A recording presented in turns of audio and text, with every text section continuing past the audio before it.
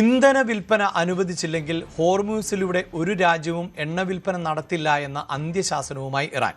ഏതു യുദ്ധത്തിനും തയ്യാറാണ് എന്ന വെല്ലുവിളിയുമായി ഇറാൻ പാർലമെന്റ് സ്പീക്കർ ഖാലിബാഫാണ് രംഗത്ത് എത്തിയിരിക്കുന്നത്. എന്നാൽ ഏതെങ്കിലും ഒരു കപ്പലിനെ ആക്രമിച്ചാൽ അതിന് ആനുപാതികമായി ഇറാനിൽ ഊർജ്ജ കേന്ദ്രങ്ങളും പാലങ്ങളും തകർക്കുമെന്നാണ് ട്രംപിന്റെ തിരിച്ചടി. യമനെ ആക്രമിക്കുമെന്ന കടുത്ത ഭീഷണിയും അമേരിക്കയുടെ ഭാഗത്ത് നിന്ന് വരികയാണ്. വിനോദാണ് വാർത്തയുടെ വിശദാംശങ്ങളുമായി ചേരുന്നത്. വിനോദ്, ഇപ്പോഴും പരസ്പരം ഏറ്റുമുട്ടലുകൾ, വാക്പോര് ഇത് തുടരുകയാണല്ലോ. വലിയ പ്രതിസന്ധിയിലേക്ക് എന്ന സൂചന തന്നെയല്ലേ നൽകുന്നത്?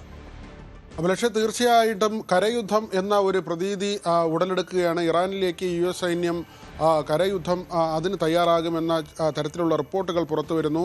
ഇതിനിടയിലാണ് ചില ദൃശ്യങ്ങൾ പുറത്തു വന്നത്. ഇറാനിൽ സിവിലിയൻസിനെ തന്നെ സൈന്യത്തിലേക്ക് എടുത്തുകൊണ്ട്, അതായത് ഇറാൻ ജനത ഒന്നാകെ ആയുധമേന്തി അമേരിക്കയെ നേരിടും എന്ന തരത്തിൽ അവരുടെ ഔദ്യോഗികമായ വിശദീകരണങ്ങൾ വരുന്നുണ്ട്. അങ്ങനെ ഒരു സാഹചര്യത്തിലാണ് ഹോർമൂസിലൂടെ ഇറാൻ്റെ എണ്ണ വിൽപ്പന സാധ്യമായില്ലെങ്കിൽ ഒരു കപ്പലുകളെയും അതുവഴി കടത്തിവിടില്ല എന്ന ഏറ്റവും ഒടുവിലത്തെ പ്രഖ്യാപനം ഈ ഖാലിബാഫിൻ്റെ ഭാഗത്ത് നിന്ന് ഉണ്ടായിരിക്കുന്നത്.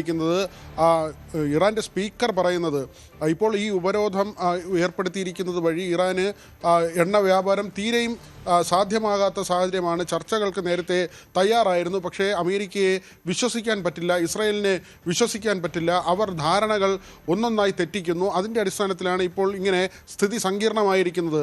അതുകൊണ്ട് തന്നെ ഒരു രാജ്യത്തിൻ്റെ കപ്പലുകളും ഇതുവഴി കടന്നു പോകില്ല എന്ന ഒരു വലിയ വെല്ലുവിളി ഇറാൻ്റെ ഭാഗത്തു നിന്ന് ഉണ്ടായിരിക്കുന്നു.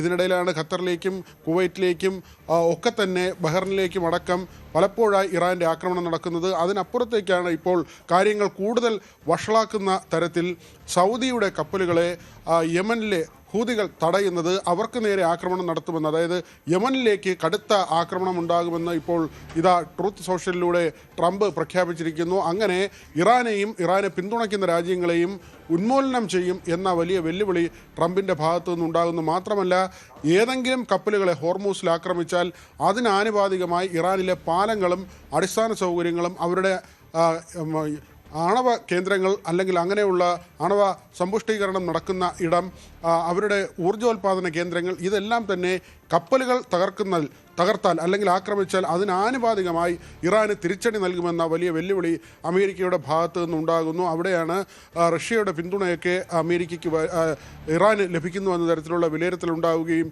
മറ്റൊരു തരത്തിൽ റഷ്യ ഉക്രൈൻ യുദ്ധം മറ്റൊരു രീതിയിലേക്ക് മാറുകയും ചെയ്യുന്നത്. അങ്ങനെ ഒരു ആഗോള പ്രതിസന്ധിയിലേക്ക് കാര്യങ്ങൾ പോകുന്ന നിലയിലാണ് ഇപ്പോൾ സ്ഥിതിഗതികൾ എത്തിയിരിക്കുന്നത്. അഭിലാഷ്, കൂടുതൽ വാർത്തകൾക്ക് News 18 കേരളം യൂട്യൂബ് ചാനൽ സബ്സ്ക്രൈബ് ചെയ്യുക.